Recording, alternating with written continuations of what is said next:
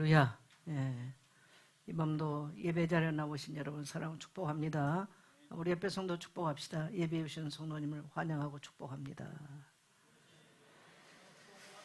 예, 우리 집에서 영상으로 보신 성도님들도 환영하고 축복합니다. 더 큰 은혜가 있기를 축복합니다. 자, 우리 제목 한번 따라하겠습니다. 교회의 사정을 아는 일꾼. 제가 조금 서론을 조금 더 변경을 한번 해서 하겠습니다.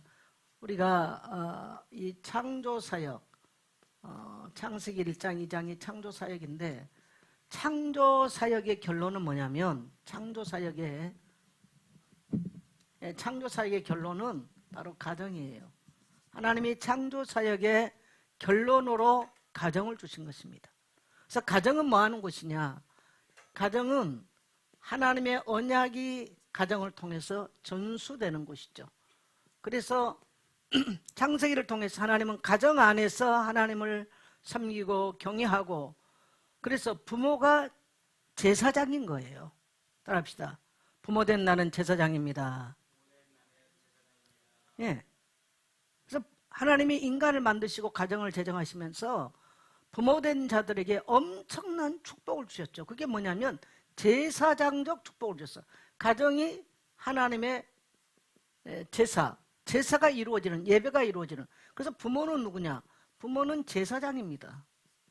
이걸 창세기를 통해서 창조사역의 완성과 결론은 가정이에요.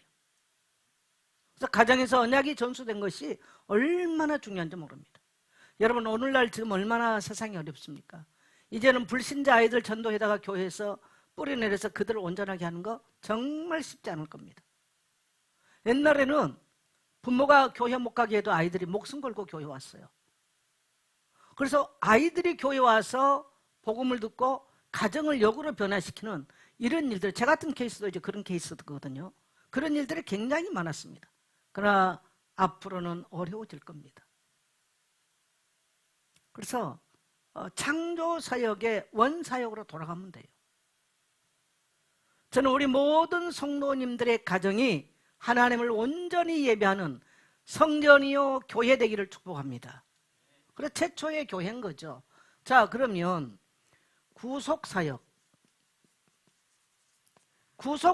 결론과 완성이 뭐냐? 그게 바로 교회죠. 그게 바로 구속사역은 십자가 사역이거든. 예수님의 십자가. 예수님의 십자가 구속사건을 마무리하시면서 이 땅에 남겨놓은 게 뭐냐면 교회입니다. 그래서 교회는 뭐가 흘러요? 예수 그리스도의 구속의 피가 흘러가는 것이 바로 교회입니다. 제단이라는 말은 피가 있는 곳을 제단이라는 말로 쓰는 거거든요. 그래서 성만찬이, 이걸 이제 우리 용어로 직역을 하면 제단, 그러면 성만찬의 피가 흐르는 곳을 제단이라고 그래요. 교회는 뭐냐? 예수님의 구속사역, 십자가 사역의 완성과 성취가 바로 교회예요. 그래서 교회는 마태복음 16장 16절로 18절을 보면 예수님께서 이제 교회를 최초로 교회란 말을 사용하죠. 내가 내 반석 위에 뭘 세워요? 교회를 세우리니. 그래서 교회는 누구의 교회? 주님의 교회예요. 내 교회죠. 내 교회. 베드로의 교회가 아니에요. 내 교회예요. 주님의 교회예요. 그래서 오늘 우리가 교회 일꾼이라는 말을 쓰기 전에 뭘 알아야 되느냐? 구약에 하나님을 예배하고 언약을 전수했던 가정교회가 신약에 와서 예수 그리스도의 십자가 구속사건을 통해서 이제는 혈통의 이스라엘 백성들 뿐만 아니라 열방을 향한 하나님의 구원 계획을 가지시고 이 땅에 뭘 세웠어요? 교회를 세우신 거죠. 그래서 주님의 교회입니다. 이 교회는 주님의 교회예요. 따라서 교회는 주님의 교회입니다. 그래서 이 교회 안에 어떤 비밀이 있느냐? 음부의 권세가 이길 수 없다. 여러분, 지상에서 유일하게 이 땅에 음부의 권세가 이길 수 없는 것이 바로 그리스도의 교회인 것입니다. 음부의 권세가 뭡니까? 세월이라고 하는 말은 죽은 자들이 머무는 곳이에요. 이 세상에는 사망당하는 자들이 살고 있는 곳이에요. 그래서 죽음의 권세가 끊임없이 공격하죠. 그래서 사람들은 살겠네 소리보다 못 살겠네 죽겠네 소리를 훨씬 많이 하는 거예요. 왜? 음부의 권세 아래 통치를 받고 있기 때문에 그렇습니다. 그래서 음부의 권세 아래 통치받는 이 세상에는 강력하게 뭐가 필요하냐? 따라합시다. 그리스도의 교회가 필요하다. 좋은 종교나 좋은 윤리와 도덕적으로 훌륭한 어떤 이런 집단이 필요한 것이 아니고요, 음부의 권세를 깨부술 그리스도의 교회가 필요한 줄 믿습니다. 그 다음에 이 교회는 또 뭐가냐? 음부의 권세를 이기는 교회는요, 천국 열쇠를 가지고 있죠. 이 땅에서 천국을 열어 보여주고 사람들로 하여금 천국 문을 열고 들어가게 하는 곳은 어디밖에 없다?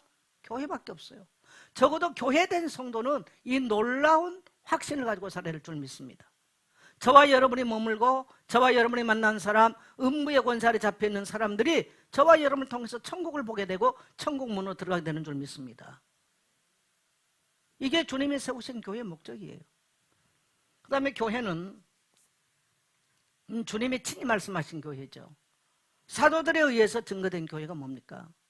에베소서를 통해서 사도 바울은 사도행전을 통해서 사도행전 20장 28절을 보면 하나님이 자기 피로 세웠다. 교회는 뭐냐?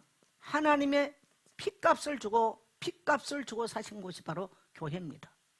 그래서 교회는 무슨 권세가 흐르고 있어요? 그리스도의 피의 권세가 흐르고 있어요. 그게 복음의 능력이에요. 그래서 이 영광스러운 교회를 하나님은 그리스도의 하나님의 피값으로 세운 교회를, 영광스러운 교회를 오늘 성도에게 맡겨주신 거예요. 우리를 감독자로 삼고 우리를 일꾼 삼고 우리를 사역자 삼아서 부족한 우리에게 이 땅에 정말 그 어떤 단체나 그 어떤 종교와 비교할 수 없는 그리스도의 영광된 교회를 오늘 저와 여러분에게 주님이 맡겨주신 줄 믿습니다. 적어도 초대교회 성도들은요, 그 비밀을 알았죠. 그 다음에 바울은 에베소를 통해서, 이제 에베소서는 뭐 우리가 교회론이다라고 말할 수 있을 만큼 교회에 대한 이야기가 많아요. 에베소 1장 22절로 23절을 보면 이 교회에 대해서 뭐라고 말하냐면 그리스도의 몸으로서 교회예요. 따라합시다. 교회는 그리스도의 몸이다. 그래서 에베소서 4장 11절로 14절까지 보면 여러 가지 직분, 여러 가지 교회 봉사 일을 하기 위해서 교사요, 하여튼 여러 가지 직분이 나와요. 이거는 뭐냐면요, 그리스도의 뭐를 세우기 위함이다? 몸을 세우기 위함이다. 그러니까 우리에게 일꾼 되라고 하는 것은 결과적으로 뭘 하기 위해서? 따라서 그리스도의 몸을 세우기 위해서.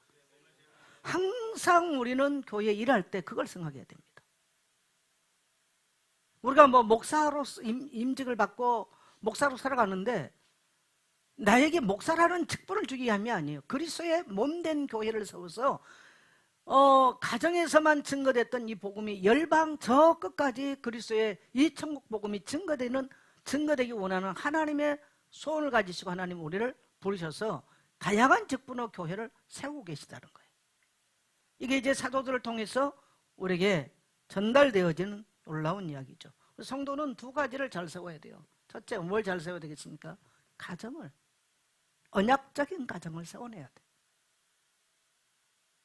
우리 한경희 전사님 오늘 밤에 우리 서은우 가인이 둘 다 교회 왔어요. 더 잘 세워지기를 축복합니다.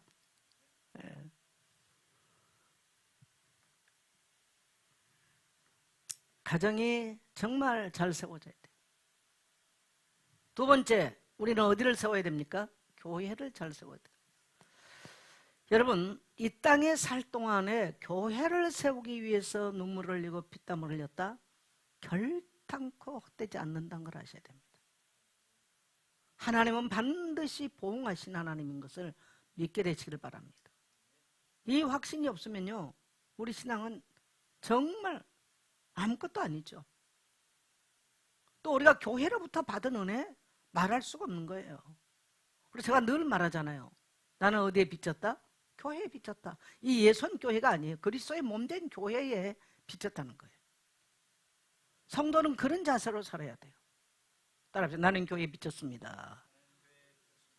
이 땅에 살면서 여러분이 교회를 안 만났으면 어떻게 살 건 알았어요.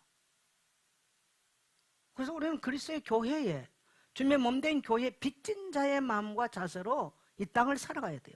잘못하면 사람들이 누가 뭐 헌금을 많이 했거나 자기가 헌금 많이 해서 교회를 짓거나 이런 잘못하면 어떤 착각을 하냐면 자기가 교회를 위해서 사는 걸로 착각을 해버려요.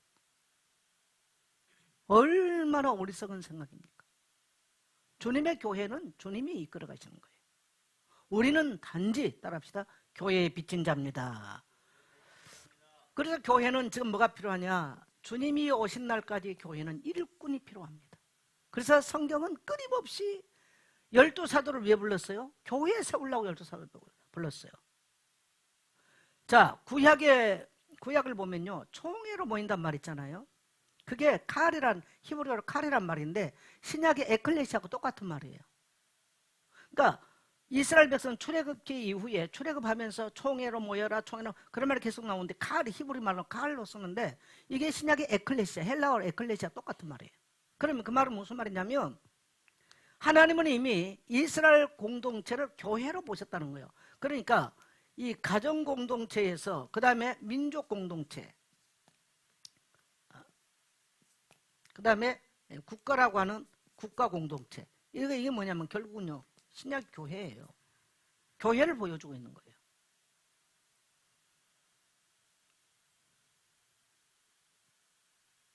그래서 구약에서도 12지파를 세워요. 그게 왜 그러냐면 교회를, 총회를 세우기 위해서 그래요. 칼을 세우기 위해서. 이거를 신약에 와서는 12사도로 대체가 됩니다. 왜 12사도 왜 불렀어요? 교회를, 에클레시아 교회를 세우기 위해서 이야기예요. 똑같은 이야기예요. 그러니까 여러 가지 직분이나 이런 모든 게 뭐냐면요, 따라합시다. 교회를 세우기 위한 일꾼이다. 그래서 주님은 지금도 끊임없이 그리스도의 몸을 세우기 위해서 일꾼을 찾고 계신다. 이걸 오늘 사도 바울은 빌립보서를 통해서 지금 말씀하고 계시는데, 바울 서신의 전부 다 특징은 언제든지 교회에 대한 이야기들이에요. 바울 서신다. 빌립보서 4장을 제가 이제 결론적으로 먼저 설교를 한 달 전에 했잖아요. 우리 빌립보서 4장 6절 7절 우리 같이 한번 하겠습니다. 시작. 기도와 간구로 너희 구할 것을 감사함으로 하나님께 아뢰라. 그리하면 모든 지각에 뛰어나신 하나님의 평강이 너희 마음과 생각을 지키시리라. 아멘. 여러분 정말 이 말씀을 언약으로 붙잡고 평강하기를 축복합니다.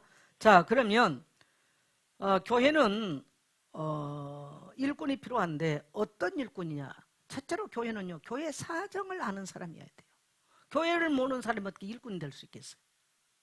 가정을 모르는데 그 가정을 모르는데 어떻게 가정의 중요한 부모 역할을 하고 가정의 일꾼 역할을 하겠습니까?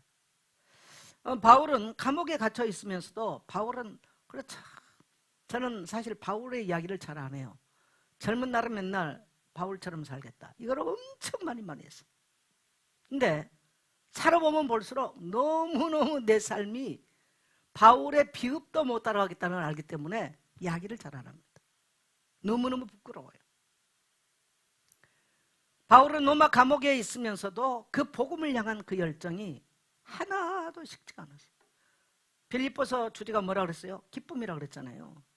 근데 이게 어디에 썼어요? 감옥에서 쓴 거예요. 바울은 인생이 지금 기약이 없는 거예요. 거기에서 기뻐하라, 다시 말하노니 기뻐하라. 그 말을 어떻게 할 수 있겠습니까? 왜 그래요? 복음의 비밀을 알기 때문에 그래요. 그래서 바울은 감옥에 있던, 바울은 그러니까 로마 감옥에 자기가 붙잡혀 있는 것이 아니고 오히려 자기가 로마 감옥을 붙들고 있다고 말했어요. 왜? 복음이 로마 감옥에 증거되기 위해서 자기가 로마 감옥을 붙들고 있다고 이것을 해석을 그렇게 했습니다. 한번 고백해 볼래요? 인생은 해석이다. 어떤 사람은 나 감옥에 들어갔을 말하고, 바울은 자기가 감옥에 있지만 자기가 감옥을 붙들고 복음 전하고 있다고 그렇게 해석을 한 거죠. 사실 그렇게 했고요. 그래서 바울은 자기가 염려한 것이 자기 안전이나 자기 이런 것들이 아니었어요. 바울이 끊임없이 로마 감옥 안에서도 염려하고 근심하고 눈물 흘리는 것은 교회의 안녕을 바울은 근심한 겁니다. 교회에 들려오는 소식들, 교회의 문제들, 이런 것 때문에 바울은 눈물을 흘렸고 교회 때문에 힘들어했죠. 그래서 바울은 디모데와 에바브로디도를 소개를 하지요. 이 사람들은 단순한 일꾼들이 아니에요. 바울에게 있어서 정말 교회의 사정을 아는 사람. 정말 저는 사도행전 19장 이후에 예배소를 다녀간 사람 중에 아주 남는 사람이 에바브라티도라고 생각하는데, 에바브라티도 같은 경우에 이제 교회를 나가서 몇 군데 세우죠. 너무나 귀중한 일꾼이에요. 오늘 이제 본문 안에서 소개된 그 질병 가운데 죽음에 이기고 왔음에도 불구하고 바울과 함께 동역을 해내는 그런 모습이 나오고 있죠. 그래서 교회를 위해서 자신의 생명까지 내어놓는 두 사람의 모습들. 그래서 하나님은 어떤 사람을 교회 일꾼으로 세우겠는가? 따라합시다. 사정을 아는 사람. 여러분, 누군가가 나의 사정을 안다. 그 사람하고는 깊은 속에 있는 이야기도 하는 거예요. 사람들이 가끔 이런 말 해요. 부부가 결혼해서 사는데 남편이 전혀 자기 사정을 모른대. 그래서 결혼을 안 하는 것만 더 못하다는 거지. 더 힘들다는 거지. 그렇겠죠.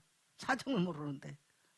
여러분, 교회 수십 년 다니면 뭐하고, 목사가 되면 뭐하고, 장로가 되면 뭐하고, 권사가 되면 뭐합니까? 교회 사정 모르는 거 주님도 모르는 거예요, 사실. 자, 우리가 본론에 가서 교회의 사정을 아는 일꾼을 주님은 지금 찾고 계시고, 오늘 디모데나 에바브로디도 같은 사람은, 여러분, 디도가 있고 에바브로디도가 있어요. 디도와 에바브로디도는 달라요.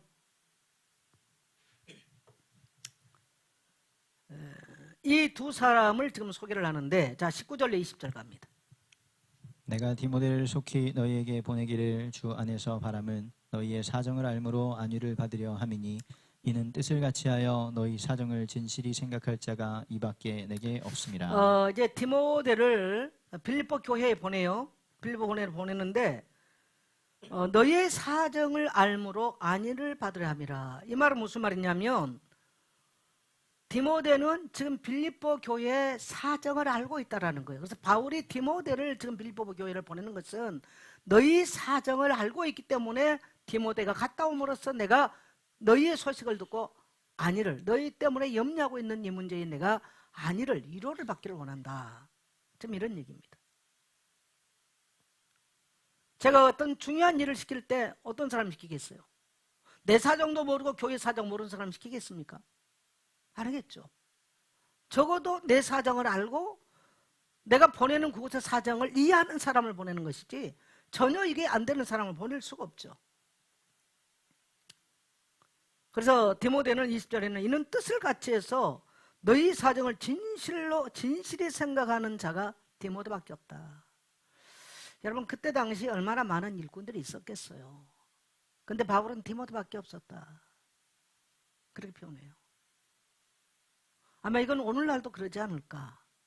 많은 사람이 있지만 깊은 속사정을 알고 이해를 하고 교회를 이해하는 사람이 얼마나 많을까.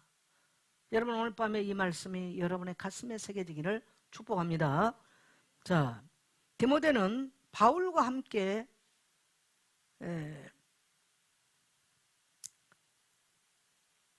그래서 이 디모데는 바울과 함께 동역을 하면서요, 계산이 없었어요. 그래서 오늘날 교회에 필요한 일꾼은 능력 있는 사람보다 성도의 형편과 성도의 마음과 주의 종들의 마음을 아는 사람, 또 눈물과 함께 기도하는 사람, 성도의 상처를 자기의 아픔처럼 느낄 줄 아는 사람, 이런 형편과 처지를 아는 이러한 일꾼이 필요하다는 거예요. 오늘날은 자꾸 이제 능력 위주로 가잖아요. 원래 교회 안 되는 거예요. 그래서 디모데는 바울과 함께 참 수고를 많이 했던 사람이에요. 또 바울의 마음을 그대로 품은 사람. 그 바울이 왜 저렇게 했는가? 사실 사도행전 14장에서 바울과 디모데의 만남이 이루어지는데, 바울이 루스드라에서 복음 전하다가 돌에 맞아가지고 밖에다 갖다 버렸어요. 바울을 죽은 줄 알고. 근데 그 다음날 바울이 벌벌 기어가지고 성 안에 들어가잖아요. 그래서 만난 사람이 누구냐면 디모데를 만난 거예요. 그러면 디모데는 그때 14살인데 이 바울의 처참한 모습을 다 지켜본 사람이에요. 근데 바울이 죽을 때까지 바울을 따라다니잖아요. 왜 그랬을까요? 바울의 진심을 알고 있어요. 바울이 어떤 가치를 살고 있는가를 알고 있었어요. 나중에는 디모데밖에 없었어요. 바울 주변의 사람들 다 도망갔어요. 젊은 날 바울의 눈모습이나, 물론 그림 같은 거 보면요, 눈모습이나 얼굴 칼빈 이삭으로 날카롭게 생겼잖아요. 근데 바울 서신 보면 젊었을 때 바울 서신은 칼 같죠. 그래서 마가 같은 거 다 잘라 보내버리고 그러잖아요. 끝까지 남은 사람은 누구냐면 디모데가 남았어요. 바울의 그 심정을 잘 알고 있어요. 그래서 일꾼이라는 것은 뭐냐면 그 마인드, 마음을 전수받고 마음을 전달하는 거예요. 하나님의 마음을 알고 주님의 마음을 알고 주의 종들의 마음을 알고 이것을 전할 수 있는 사람. 그래서 교회의 마음, 목회의 방향, 주님의 심정을 이어받은 사람. 그래서 여러분요, 목회 서신을 유일하게 바울이 개인에게 쓴 게 누구냐면 디모데입니다. 그래서 디모데 전후서는 무슨 서신이다? 따라합시다. 목회 서신이다. 교회를 운영하는 지침서가 디모데 전후서예요. 디모데 전후서. 그러니까 목회 전술을 디모데에게 해놓은 거예요. 그 다음에 두 번째로는 이거 진호 띄우나? 띄워줘요. 두 번째 진호. 자, 교회의 사정을 아는 일꾼은 복음의 수고를 함께 나누는 사람이어야 됩니다. 복음에 대한 수고가 없다 그러면 안 되겠죠. 자, 22절 같이 갑니다. 시작. 디모데의 연단을 너희가 아나니 자식이 아버지에게 함같이 나와 함께 복음을 위하여 수고하였느니라. 디모데가 참 수고를 많이 했어요. 마가가 이제 그 전도 여행을 하다가 되돌아간 것 때문에 바울이 엄청나게 화가 나가지고 마가를 다시는 동참을 안 시켜요. 마가는 바나바의 조카거든요. 그래서 같이 동참을 했단 말이죠. 근데 우리는 이제 흔히 마가 같은 경우는 선교 여행하다 돌아가는 그렇게 이미지를 했는데, 제가 그 바울과 그들이 걸었던 이 코스를 이제 에베소 지역, 그 소아시아를 이렇게 가보니까 나라도 도망갔겠더라고.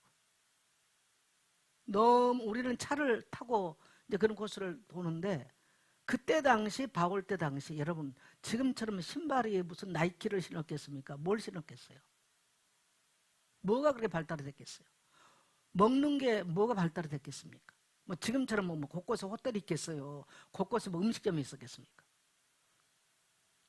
그 산맥을 이렇게 넘는 거 보니까요, 이 소아시아 지역이 밑에는 더운데 위에는 눈이 쌓여 있어요. 그러면 바울 당시는 그걸 넘어온 거예요. 그 험난한 길을, 그 황토길을 걸어서 왔을 거 아니에요.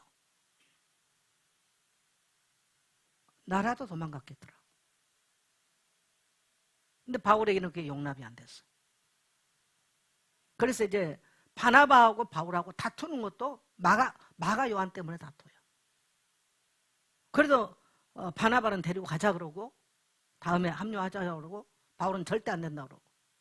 그러면서 그것 때문에 다퉈가지고 바울하고 바나바하고도 갈라서게 되는 거예요. 그 사건이 바로 마가의 사건이에요. 굉장히 어려운, 사실 바울 사역이 얼마나 어려웠는가를 우리는 소아시아를 돌아보면 바울의 심정을 알 수가 있어요. 얼마나 어려웠는지. 근데 그 길을 누가 동행해요? 어린 디모데가 동행을 해요. 끝까지 바울이 감옥에 있을 때까지도 그것을 수종을 들고 심부름을 해내고 교회와 바울 사이에 브릿지 역할을 해주는 역할을 디모데가 하는 거예요. 이것을 오늘 사도 바울은 지금 뭐라고 표현하냐면요, 디모데의 연단을 너희가 아나니 자식의 아버지 함같이 나와 함께 복음을 위하여 수고하였느니라. 따라합시다. 나와 함께 수고하였느니라. 복음 때문에 수고했다라는 거. 여러분, 주의 종들이 여러분의 인생을 기억하면서 끝까지 참 나와 함께 수고하는 분들이었다. 그래서 주의 종들이 눈을 감고 기도를 하면 눈물이 흐르는 사람들. 감사해서 눈물이 나고 미안해서 눈물이 나는 사람들. 고통을 함께 짊어졌다는 얘기예요. 단순한 어떤 수고가 아니라요. 이 바울이 복음을 위해서 일생을 바친 그 고난의 길을 이 어린 디모데가 함께 그 무거운 짐을 짊어졌어요. 꼭 우리 성도님들이랑 우리 교육자들 한번 소아시아 여행을 꼭 갔어요. 꼭 가보라고 꼭 말하고 싶어요.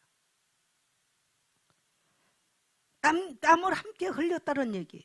그리고 바울과 디모데의 관계는 어떤 관계입니까?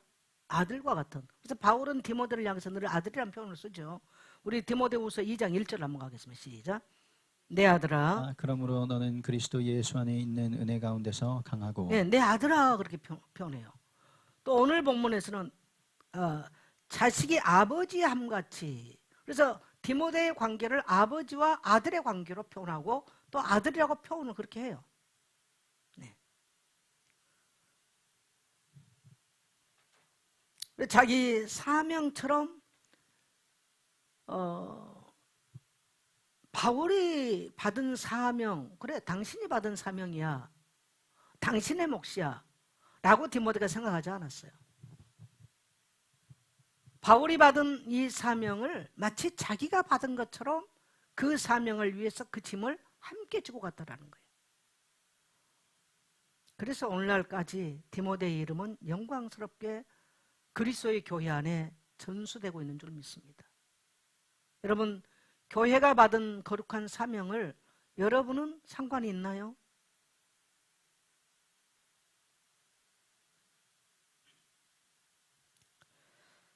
여러분과 여러분의 가정에도 오늘 하나님은 교회를 통해서 사명을 부여하시거든요. 이 땅에서 그리스도의 사명을 부여받는 사람은 교회를 통해서 부여받지 저를 통해서 부여받지 않아요. 우리가 교회를 만났는데 하나님이 거듭난 우리에게 하나님의 사명을 교회를 통해서 임하시고 부여하신 거예요. 어떤 사람은 그 사명이 전혀 상관없어요. 아무짝에 자기하고는 상관이 없어요. 어떤 사람은 교회에서 직분으로 대단하게 임명하지 않았음에도 그 사명에 일생을 매여 사는 사람이 있어요. 오늘 여러분 이 디모데 같은 이러한 심정이 여러분에 일어나기를 축복합니다. 교회는 그래서 일할 사람보다 마음을 함께 나눌 사람이 필요해요. 따라합시다. 일할 사람보다 중요한 것은 마음을 나누는 사람이 중요하다. 그래서 교회는 기술자보다 사명자가 필요하다는 얘기예요. 이것이 교회는 먼저예요. 우리는 기술 집단이 아니라는 거예요. 기능 집단이 아니에요. 그래서 목회자가 항상 조심해야 될 게 뭐냐? 예배의 기능자가 되면 안 돼요. 성도들과 함께 예배를 통해서 사명을 공유하는 거예요. 그래서 교회는 관객보다 누가 필요해? 동역자가 필요해요. 오늘 다 앉아서 목사 한번 쇼해봐라 그러고 다 앉아가지고 관객이 된다면 교회는 끝나는 거예요. 그래서 제가 작년에 그랬잖아요. 교회는 요람선이 되면 안 되고 군함이 돼야 된다. 세상과 전투를 벌이는 군함이 돼야지 관광객들 태우고 다니는 요람선이 되면 그건 이미 교회는 사명 끝난 거예요. 숫자 얘기가 아니죠. 자, 세 번째 갑니다. 같이 읽습니다. 시작. 교회의 사정을 아는 일꾼은 교회를 위해 희생하는 사람이다. 여러분 교회의 사정을 알았다. 뭘 하게 돼 있어? 희생하게 돼 있어. 교회는 여러분요, 제가 지금 서론에 교회는 뭐의 결과로 세워졌다고요? 그리스도의 구속사역의 결론으로 세워졌어. 그럼 그리스도의 구속사역의 핵심이 뭡니까? 십자가 사건인 거죠. 십자가의 대속의 피가 구속사역의 핵심이에요. 또 교회는 피를 흘린 곳이고 지금도 피를 요구하고 있는 것이 바로 교회입니다. 성도의 피를 요구해요. 굉장히 그래서 어떻게 보면요, 독한 얘기잖아요. 이게 성도의 눈물과 피를 요구해요. 그래서 성도의 물질, 피 같은 돈을 교회는 요구하는 거예요. 성도의 피 같은 시간을 요구하는 거예요. 성도의 피 같은 헌신을 요구하는 거예요. 그다음에 교회는 피를 먹고 자라간다. 누군가의 그런 헌신을 먹고 교회는 자라가는 거예요. 그 교회가 전혀 아무도 헌신이 없다. 자라갈 리가 없죠. 더 이상 자랄 수가 없어요. 성장할 수가 없어요. 그러나 누군가가 눈물을 흘리면서 피 같은 눈물을 쏟아내면서 기도를 하고 있다. 아무도 모르게. 여러분, 그 교회는 되게 돼 있습니다. 제가 저희 고향교회 가끔 얘기하잖아요. 그 시골에 전혀 소망이 없는 그 시골 동네. 정말 초가집, 여름이면 비가 새고 겨울이면 황소바람이 부는. 근데 겨울이면 얼마나 춥습니까? 뭐 무슨 오늘날처럼 무슨 난방이 있어요. 무슨 난로가 있어요. 그 황소바람 같은 그 차가운 교회, 그러니까 이 마룻장에 엎드려서 기도했던 사람들의 기도 소리. 그 기도가 동네 전체를 변화시켰어요. 그 시골 동네에서 얼마나 많은 주의 종이 나왔는지 잊을 수가 없죠. 오늘날은 화려한 교회당은 얼마나 많습니까? 아주 화려한 유람선처럼. 참 아쉽죠.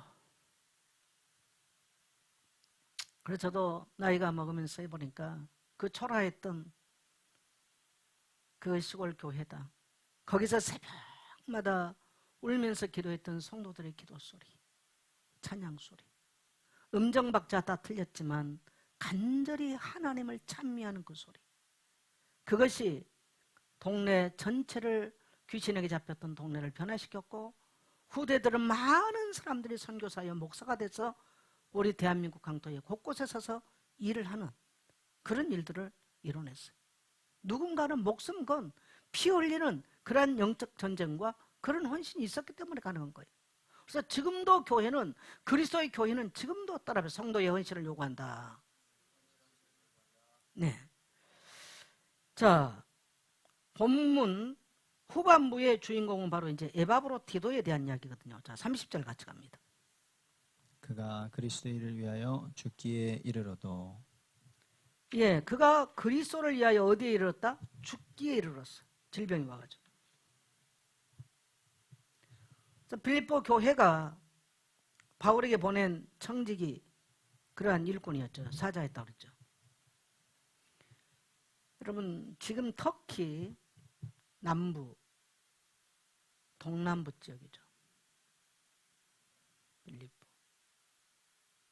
빌립보는 터키가 아니네요. 지금 그리스 북쪽이에요. 지금 그리스 북쪽, 마케도니아 위쪽이죠. 거기서 로마까지를 걸어서 간다. 물론 고린도에서 이제 배가 로마로 가긴 가죠. 거기서 로마까지를 간다. 어마어마한 장거리입니다. 근데 지금 디도는 병이 와 있어요. 근데 바울의 사정이나 교회의 사정은 신실하게 진실되게 돈도 전달하고 할 수 있는 사람이 교회에 많지가 않아. 중간에 돈 주면 가지고 혼자 도망가 버리면 어디 가서 잡아봅니까 그걸? 그럴 수 있는 확률이 엄청 많은 이 고대입니다. 근데 이가 병이 들어 죽을 것 같은 상황임에도 불구하고 이 에바브로티도를 보내는 거예요. 지금 얼마나 절박한 입장입니다. 지금. 근데 그 일을, 그 어려운 사명을 수행해 내는 거예요. 이 에바브라티도가. 그래서 오늘 우리는 에바브라티도에 대해서 좀 깊이 한번 생각해 봐야 돼요. 우리는 죽을 병 들었으면 갈 수 있겠는가? 그 먼 길을 걸어서. 우리 로마서 16장에서 나의 보호자 베베 뭐 이런 말 쓰잖아요. 보호자 베베. 그럼 베베 이름 쉽게 부르는데요. 노마서 서신을 들고 갱거리아, 지금 고린도 지역이죠. 고린도에서 노마까지 간다. 여러분 오늘처럼 성경이 조그맣니까? 옛날에 가죽에다 썼어요. 그 어마어마한 분량을 로마서를 들고 노마까지를 간다. 여자의 몸으로. 불가능한 얘기입니다. 불가능한 이야기. 근데 초대교회 성도들은 그런 엄청난 업무를 수행해낸 거예요. 오늘날 우리는 교회 동네 각각 다 차 타고 이래도 여기 수요 예배 이게 뭐다 노마까지 간 게 아니고요. 여기도 못 나온다니까요. 네. 노마 가서 예배 드리려 하면 몇 명 들어가겠습니까?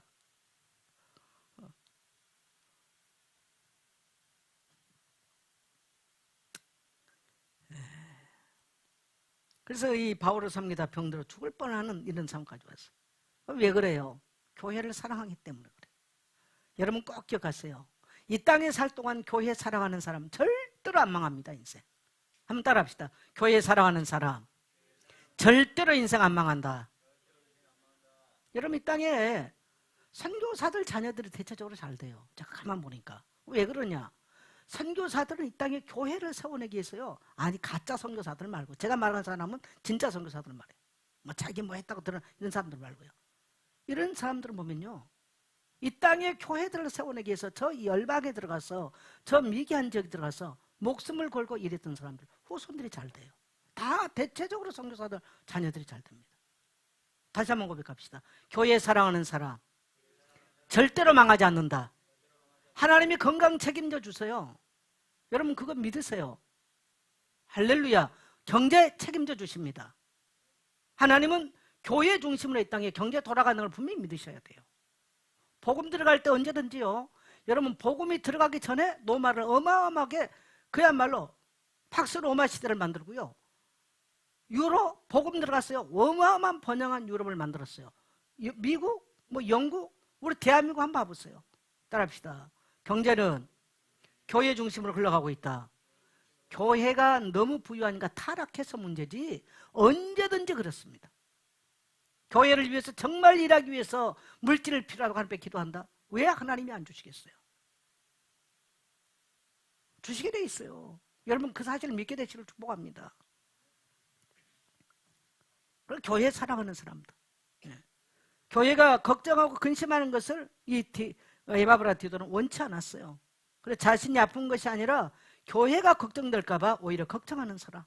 그래서 우리가 내가 몸이 아프고 내가 어려움 때문에 교회가 걱정할까봐, 염려할까봐, 이게 지금 에바브라 디도의 마음이었던 거예요. 여러분 교회에 근심을 끼치거나 걱정거리가 되지 마세요. 한번 고백합시다. 하나님, 나와 나의 후손은 절대로 교회에 걱정거리 안 되겠습니다. 항상 여러분 그거 기도하셔야 돼요. 자, 세 번째로 가면은요, 교회를 섬기기 위해서 자신의 생명까지 아끼지 않았어요. 이게 에바브라 디도죠. 교회는 이런 일꾼을 지금 필요로 합니다.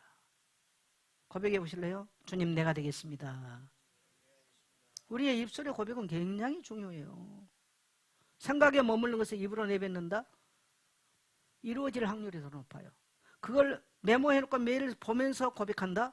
더 성취될 확률이 더 높아요. 그래서 선우는요, 가장 멋진 선우 초상화를 그려 붙여놓고 21세기를 문화계를 주도할 나 김선우 써놓고요, 새벽마다 일어나서 기도하라니까.